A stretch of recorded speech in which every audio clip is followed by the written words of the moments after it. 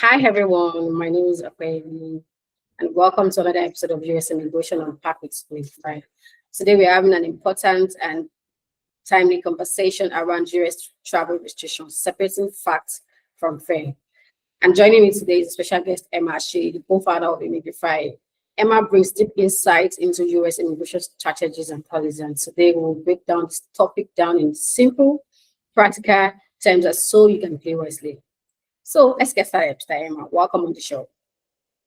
Thank you. Thank you. So let's start. When people hear the word like travel ban or restriction, many assume US immigration is completely closed. In simple terms, what are these restrictions really means and what do they not mean? Well, in simple terms, it means that certain visa classes are largely restricted. So, like the press that came out clearly stated that the FMJ class of visa, which is the visitor visa, student visa, vocational training, exchange program, and everything in that line that does not require any scrutiny before people can get visa, those kind of visas have been suspended. People with existing visa would actually witness maybe the visa has been cancelled or the term being reduced. Uh, but generally, if we look at the broad impact of this, it cuts across most visa types, even if those visa types were not mentioned. There are visa types were not mentioned who would become more difficult for people to access. Now, one key thing I want to call out is there's a section where it mentioned immigrant visa interview.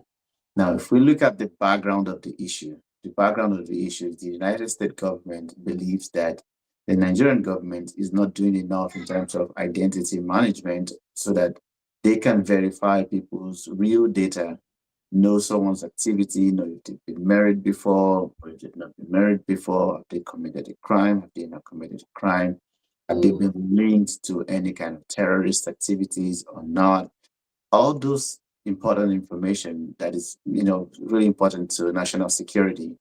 I feel like the government of the US feel like they don't have enough access to that. And so in order not to allow things slip through the crack, they're trying to put a temporary suspension on all of this. Why they go figure out long term, how do they ensure they can carry out their own scrutiny independently, whether the US, the Nigerian government wants to cooperate with them or not. So I've touched on, what led to it. I've touched on what impacted, but I would share more as we go if you have other questions. okay. Which visa categories are affected upon the announcement of this restriction?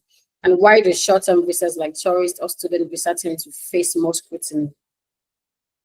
You see, the visas that are affected are visitors visa, B1, B2, J1, that's exchange program visa, F visas, which are student visa, M, which is vocational training visa. All those visas are temporarily suspended. And I think one of the core reasons why is these visas do not require background check before you show up at the consulate. What do I mean by that?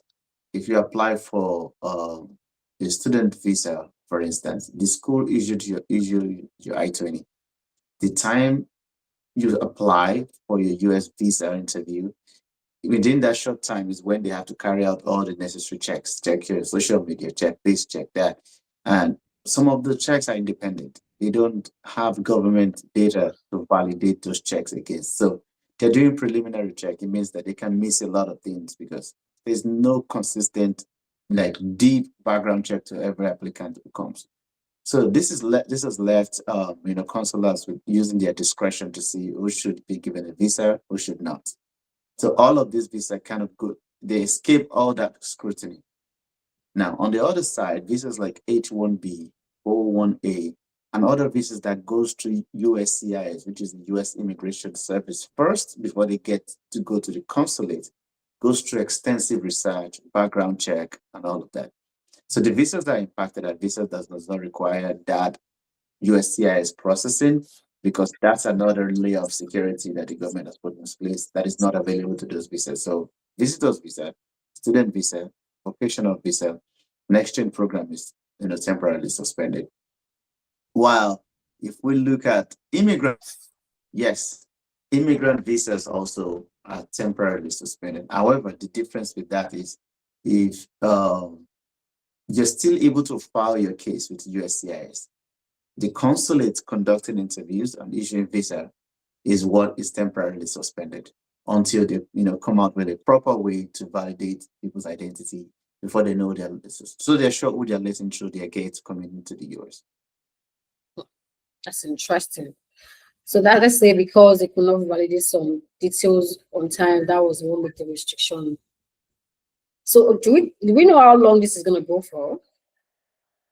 That's a great question. We're looking at this suspension is going to take at least 6 months. It will be reviewed after 6 months. So for the next 6 months, anyone that wants to apply for visa, and interestingly, you can still apply for all of those visas.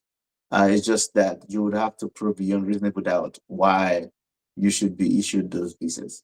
That's what I'm talking about, visitor and other class of visa. However, for the next 6 months, there will be a general suspension, which you call partial ban, on those issuing those visas to just everyone that appears that they think is eligible. So does that affect those people who are in line already, or just new people coming in? It depends. It depends on where you are in line. Are you in line? Have you started at all? Are you in line that you have an approval? You're just waiting for an interview date. Are you in line that you just filed your case with USCIS? You have not received an approval. So it depends on where you are in line. But basically, it will affect most people in line. The reason is it doesn't cancel your application. And that's one key thing I want to call out. If you have applied for an EB1, if you're going to apply for EB1, if you have an approval for EB1 or EB2 national interest waiver, whatever ban that has been put in place does not affect that approval. What it affects is when you are able to show up at the embassy in your country to secure that visa to be on your way to the US. And whenever this kind of things happen, when they do this suspension, they go back and figure out, okay, the problem is identity management. We need to be able to identify who's coming to our country. What do we put in place to make sure that we can do the accurate verification? So by the time they are done with those infrastructure, they will open the gates again and let people start coming in. So it's not a reason not to apply. It's not a reason not to start your process. It's not a reason not to continue your process. The smarter ones know that this is the best time. It's like when it's raining and you want to take a pedestrian bridge. A lot of times it's free. Nobody wants to go on a pedestrian bridge when it's free. But when it's all good weather, you see a lot of people using it. The same thing with this kind of process. Since the first step of this process is still available for you to take, I would encourage anyone, go ahead and file your EB1, file your EB2, secure those approval, and just wait this out. It's not the first time Nigeria was banned. So this is not news. It has happened before. So for some of us, it's not news. So yes, but for those in the US, it does not affect them. If you're in the US and you want to adjust status, whether you're Nigerian or not, it does not affect you at the moment. Okay. Many professionals see denial happening around them and start losing hope. What is the real difference between discretionary visa and petitioner-based visa, and why does this matter right now? It matters a lot. All the discretionary visas at the FMJ we just talked about, the consular use their discretion to determine who should go, who should be given the visa, who should not be given the visa. Petition-based is a step further. You're actually reaching out to the US Immigration Service, presenting your details for them to do extensive background check and review your application, provide the feedback. Now, today you can still apply for O1 visa and still get a visa from Nigeria, even though there's a temporary ban in Nigeria. O1A, if you have an employer in the US that wants a petition for you with O1A, you can go ahead and apply, get your approval, walk into the same embassy that everybody's not willing to go to right now and get a visa and be on your way to the US. That has not been suspended. That is not impacted at all.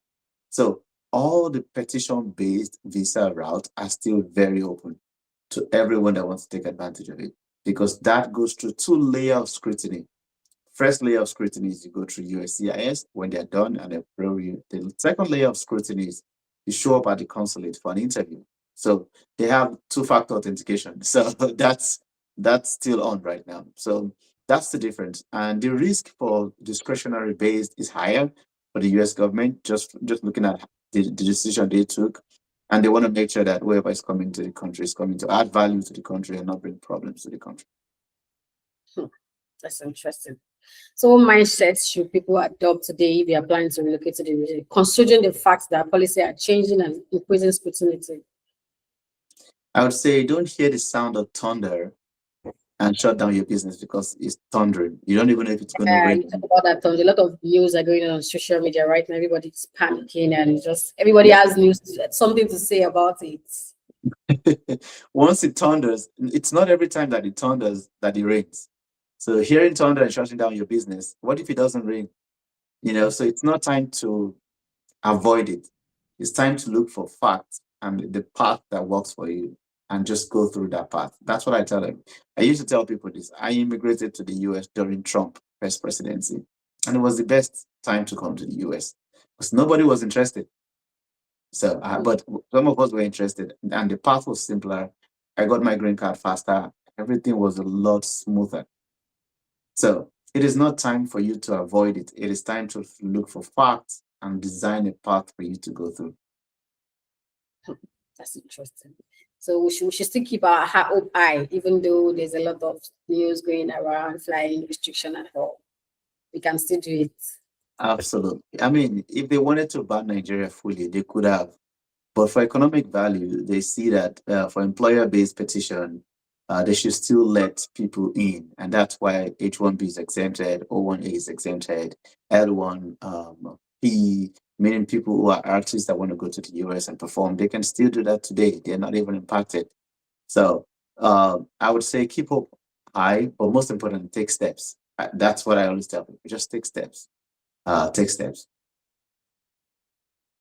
Thank you so much, Emma, for breaking this down clearly. For everyone listening, the key takeaway is simple. US immigration hasn't stopped, but carefully, short-term planning is being file out. Merit-based petition drive pathways still matters more than ever. The real question isn't, is the US closed? It is, am I preparing the right way? Thank you so much for listening to the US Immigration Unpacked with MD5. We'll see you on the next episode. If you found this conversation helpful, stay tuned for more episodes of US Immigration Unpacked with MD5, where we help you plan smart and not scared. Thank you very much, Mr. Emma. We're so happy to have you.